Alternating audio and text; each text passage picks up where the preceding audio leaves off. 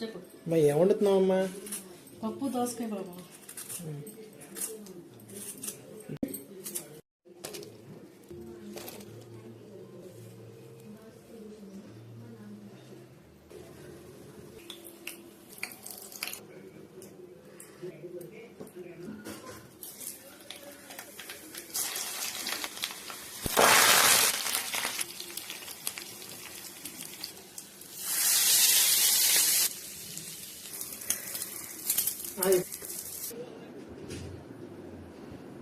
వాళ్ళ కర్రీ ఏంటి తెలుసా?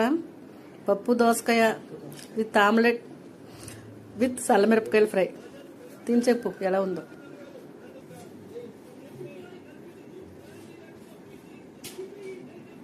ఎలా ఉంది? బాగుంది చల్లమిరపకాయ, ఉప్పుగా బాగుంటుంది చల్లమిరపకాయ. పప్పు సార్తో కాంబినేషన్ ఇది.